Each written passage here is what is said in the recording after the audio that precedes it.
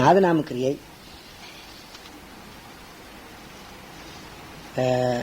Navaroj, Punnagavarali, copy, Sindhu Bhairavi, இந்த 6 ராகம் அமைச்சிருக்கு.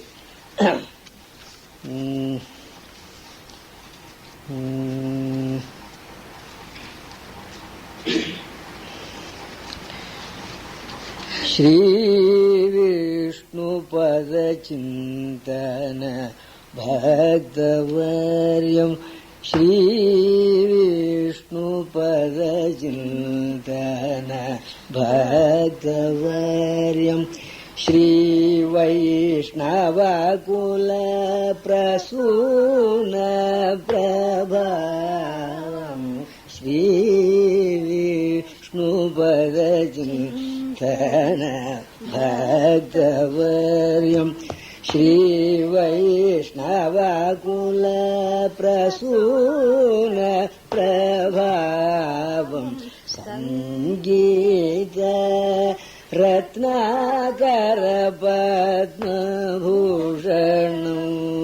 संगीत रत्नाकर पद्मभूषणं सद्गुरुवरं नौमि रामानुजाख्यम्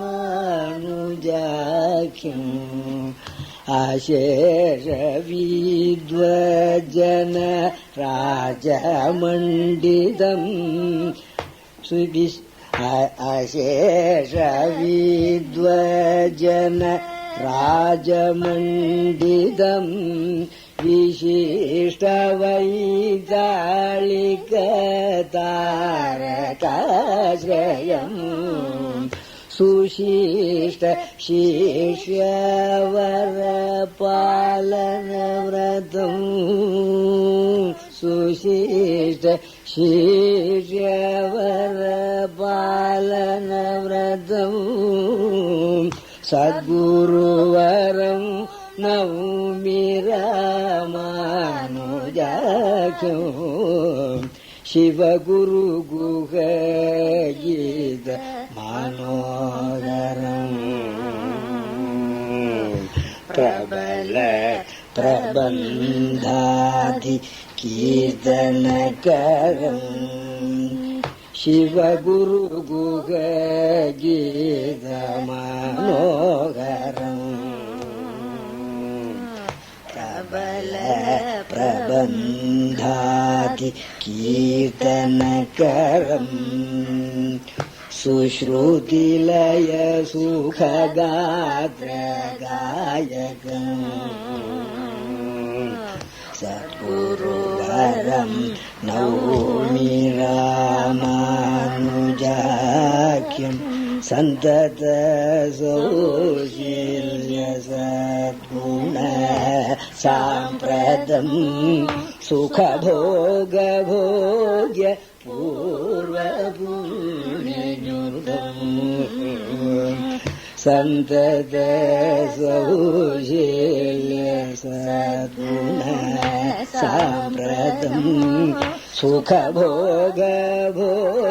पूर्वपुण्ययुतम्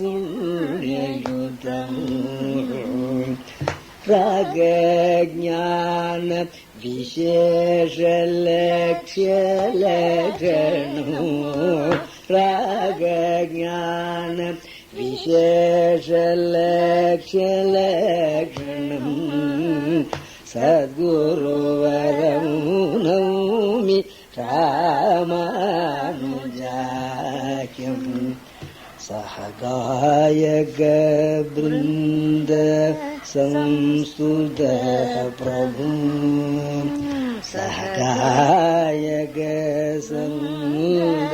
संस्तुत प्रभुं सहचारिण विनोद चाटु वाक्यं सह गायक वृन्द संस्तुत प्रभुं सहचारिण विनोद चाटु वाक्यं निज गुरु பதசேவித சேஷவரி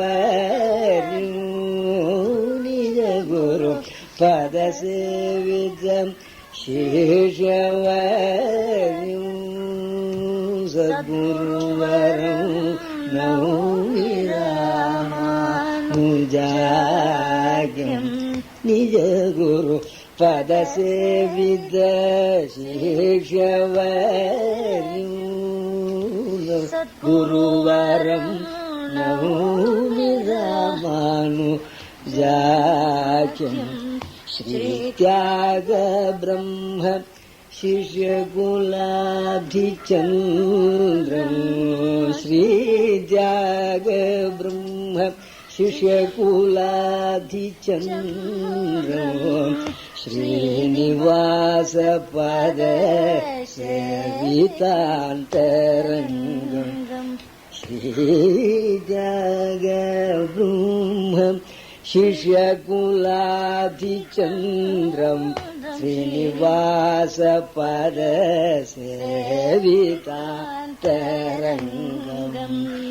भारतीय कला प्रवीण भास्वरम् भारतीय कला प्रवीण भास्वरम् भारतीय कला प्रवीण भास्वरम् सद्गुरुवरं नौमि रामानुजायं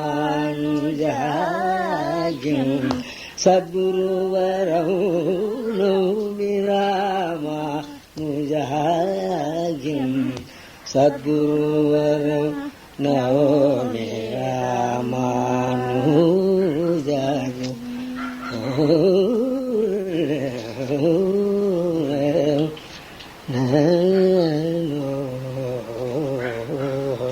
இந்த சிந்து பைரவி பாடாம கச்சேரி முடிக்க மாட்டார். அந்த சிந்து பைரவி பாடும் போது ஒவ்வொரு தடவையும் சிந்து பைரவி ஒவ்வொரு புது அழகு நான் பார்த்திருக்கேன் சார். என்ன அழகு தெரியுமோ, அந்த எப்படியெல்லாம் அவருக்கு அந்த போகும் தெரியுமோ, அது எப்படியெல்லாம் போகும்னு அவருக்கே தெரியாது. அப்படி அவ்வளவு அந்த அந்த சிந்து பைரவி இத்தனைக்கும் அவ ராகம் வடக்கேத்தி ராகம் பேர்ல ஒரு ட்ரஸ்ட் தொடங்கி அதை ஆரம்பிச்சு இப்ப நடத்திட்டு வர்றோம். அதுல இந்த டெல்லியில கர்நாடக சங்கீத சபாவில் அவரோட படத்தை திறந்து வச்சு என்ன பாடுறேன்னு சொல்லியிருந்தேன். நீங்க நீங்க தான் அந்த படத்தை. இப்ப நான் பாலகிருஷ்ண சாஸ்திரிகிட்ட போனேன். எங்க ஐயங்கார்வாளை பத்தி ஏதாவது எழுதி கொடுங்கோல அப்படின்னு. ஸ்லோகமோ ஏதாவது ஒரு 2 ஸ்லோகம் பாடணும்னு ஆசையா இருக்கு, நீங்க அவரை பத்தி எழுதி கொடுங்கோல அப்படின்னு. அவர் பார்த்தா, ஏப்பா நான் ஸ்லோகம் எல்லாம் கம்போஸ் பண்ணி ரொம்ப நாளாச்சு, நான் ட்ரை பண்றேன், ஆனா உங்க வாத்தியாரை பத்தி சொல்றதா இருந்தா எனக்கு ரொம்ப சந்தோஷமா இருக்கு, ட்ரை பண்றேன், 2-3 நாள்ல சொல்றேன் அப்படின்னு. ஒரு 2-3 நாள் ஆச்சு. டெலிபோன் பண்ணேன். இப்ப வா போட்டுக்கேன் பாருங்க. 6 ஸ்லோகம் அதி அற்புதமா பண்ணியிருக்கேன். அந்த ஸ்லோகத்தை உங்களுக்கு நான் படிச்சு காமிக்கிறேன். நீங்க அப்படியே அவருடைய அந்த பிக்சர் மனசுல அப்படி இருக்கும். அப்புறம் அதுக்கு நான் அன்னைக்கு இப்ப பிரேயர் பத்மா தான் பாடினேன். இது விருத்தமா பாட சொல்லிட்டேன். அப்புறம் நான் கச்சேரி பண்ணேன். அப்புறம் இதுக்கு 6 ராகத்துல மெட்டு போட்டேன். அவரை நினைச்சு எப்படி போடுறது என்னன்னு விடி தோணி மத்தியம் ஸ்ருதியில. அப்புறம் இந்த மிஸ்ர ஜாதி ஜம்ப 18 இடத்துக்கு அது ஏற்றதா இருக்கலாம்னு எனக்கு பட்டுது. அது மாதிரி ஒன்று அமைச்சு அதை பாடிட்டு வந்திருக்கேன். நான் இப்போ கடைசியில் என்ன பண்ணுவேன்னு கேட்டா, இதெல்லாம் சொல்லி முடிச்சு விட்டு அதை ஒன்று பாடி நான் பூர்த்தி பண்ணுவேன். அப்புறம்